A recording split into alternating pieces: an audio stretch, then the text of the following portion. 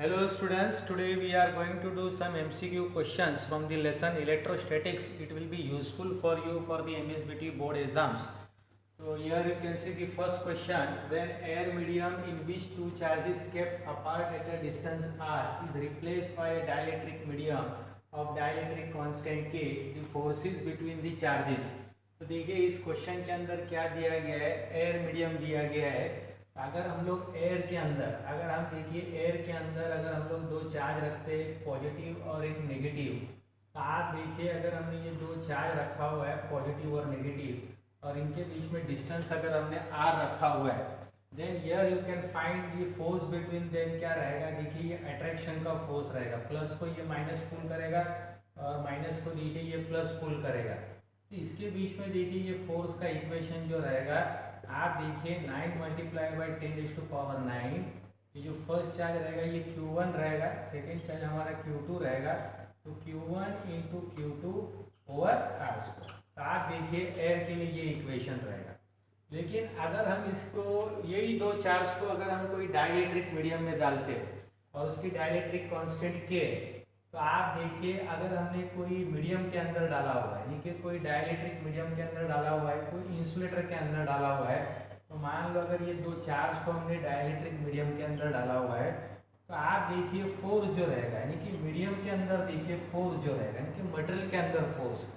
अगर आपने इस दोनों चार्ज को अगर किसी डाइलेक्ट्रिक के अंदर डाला हुआ है, किसी मटेरियल के अंदर डाला हुआ है, तो फोर्स देखिए यहाँ पर ये Fm हो जाएगा, यानी मटेरियल के अंदर देखिए आप ये फोर्स हमारा क्या बन जाएगा, ये कम हो जाएगा। तो आप देखिए ये K से डिवाइड हो जाएगा, तो आप देखिए ये फोर्स जो रहेगा, आप देखिए ये K से क्या हो जाएगा, डिवाइड हो जाएगा।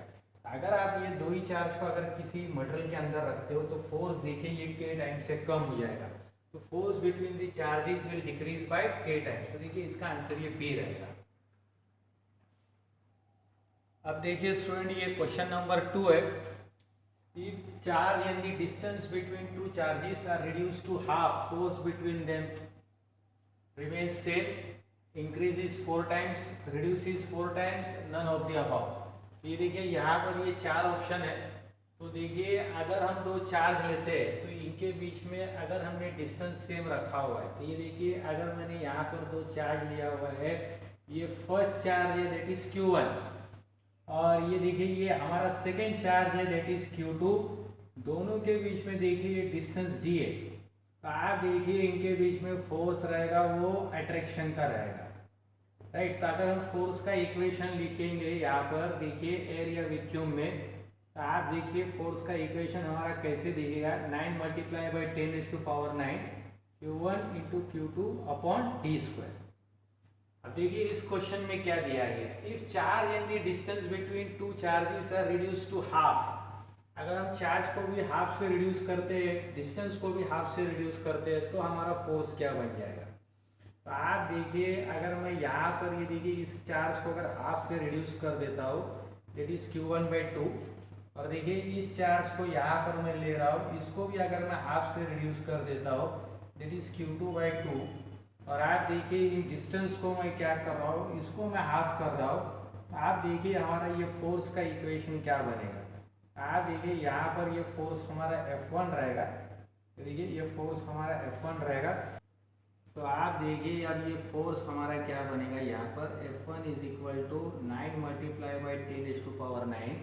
Q1 हमारा हाफ हो चुका है, तो आप देखिए यहाँ पर Q1 हमारा हाफ हो चुका है, Q2 हमारा हाफ हो चुका है, और साथ में देखिए अब डिस्टेंस हमारा हाफ हो चुका है। तो यहाँ पर जो D की जगह पे ये D/2 आ जाएगा, और आप देखिए ये D/2 आ रहा है मगर ये स्क्वायर के फॉर्म में आ रहा है।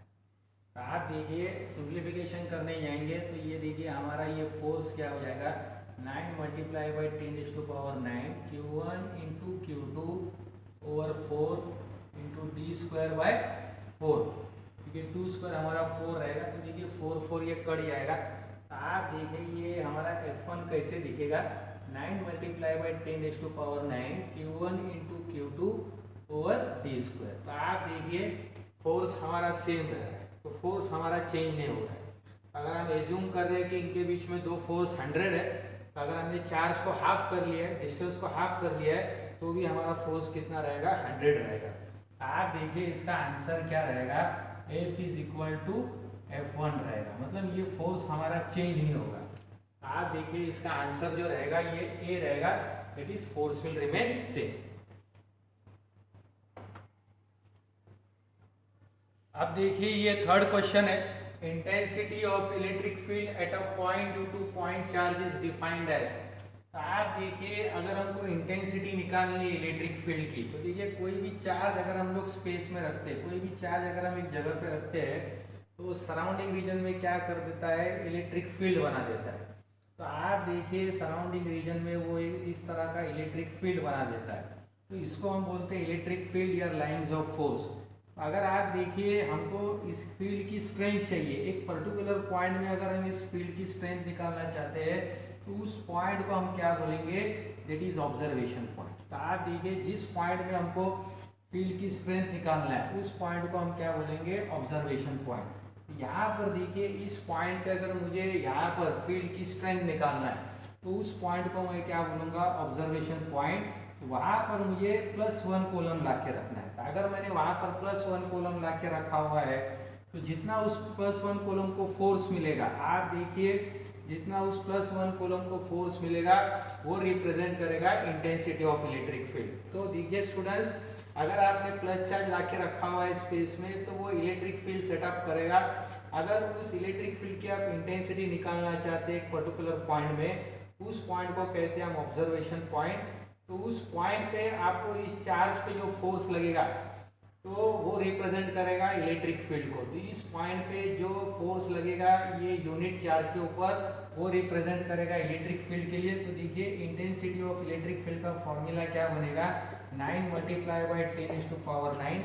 यहाँ पर हमारा सोर्स चार्ज देखिए Q है, तो यहाँ पर ये Q आ जाएगा डिवाइड बाय डिस्टेंस स्क्वायर। तो जो भी हमारा डिस्टेंस रहेगा, मान लो अगर ये ऑब्जर्वेशन पॉइंट ये डिस्टेंस पे, तो आप देखिए इलेक्ट्रिक फील्ड इंटेंसिटी का ये फॉर्मूला बनेगा। तो अगर आप सेकेंड चार्ज को 1 लेते हैं, अगर आप सेकेंड चार्ज देखिए यहाँ पर अगर आपने उसको 1 लिया हुआ है तो जो उस पर फोर्स लगेगा वही क्या रिप्रेजेंट करेगा, value of the electric field. तो देखिए स्टूडेंट इस क्वेश्चन का आंसर क्या रहेगा, electrostatic force acting on unit, unit का मतलब क्या है +1, क्या positive charge place at that point. तो देखिए इसका आंसर ये डी रहेगा। अब देखिए ये क्वेश्चन नंबर 4 है, the figure shows some of the electric field lines corresponding to an electric field, the figure suggest. तो आप देखिए ये फिगर देखने के बाद हमको यहाँ पर समझ में आता है कि ये लाइंस पैरेलल है तो ये यूनिफॉर्म इलेक्ट्रिक फील्ड है, और देखिए ये भी यहाँ पर लाइंस पैरेलल है तो ये यूनिफॉर्म इलेक्ट्रिक फील्ड है। अब इसकी इलेक्ट्रिक फील्ड और इसकी इलेक्ट्रिक फील्ड देखिए सेम है, तो स्पेसिंग जो है लाइंस के बीच में सेम है, तो इसका मतलब ये और EC सेम है। अब यहाँ पर देखिए लाइंस बहुत दूर है तो इसका मतलब ये नॉन यूनिफॉर्म इलेक्ट्रिक फील्ड है, और यहाँ पर देखिए फील्ड हमारी वीक रहेगी। तो जितने लाइंस क्राउडेड रहेंगे वहाँ पर फील्ड स्ट्रांग रहेगी, और जितने लाइंस दूर रहेंगे उतनी फील्ड वीक रहेगी। मतलब B में फील्ड वीक है, A और C में फील्ड स्ट्रांग है।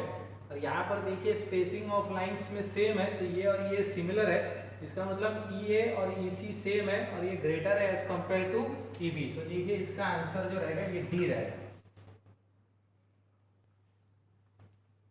अब देखिए स्टूडेंट ये क्वेश्चन नंबर 5 है, the unit of electric field intensities. तो देखिए इलेक्ट्रिक फील्ड इंटेंसिटी को कैसे डिफाइन किया जाता है, that is force acting per unit charge. मतलब आपको फोर्स निकालना पड़ेगा कोई चार्ज के ऊपर और डिवाइड करना है चार्ज के वैल्यू से। तो देखिए अगर आप यहाँ पर एक आइसोलेटेड पॉजिटिव चार्ज रखते हो और आपको एक पर्टिकुलर पॉइंट में अगर इलेक्ट्रिक फील्ड इंटेंसिटी निकालना है, मतलब इलेक्ट्रिक फील्ड की स्ट्रेंथ निकालना है, तो आप वहाँ पर देखिए अगर आपने चार्ज Q रखा हुआ है तो आप देखिए इसके ऊपर फोर्स लगेगा। तो अगर आपने छोटा चार्ज Q रखा हुआ है तो इसके ऊपर फोर्स लगेगा आउटवर्ड।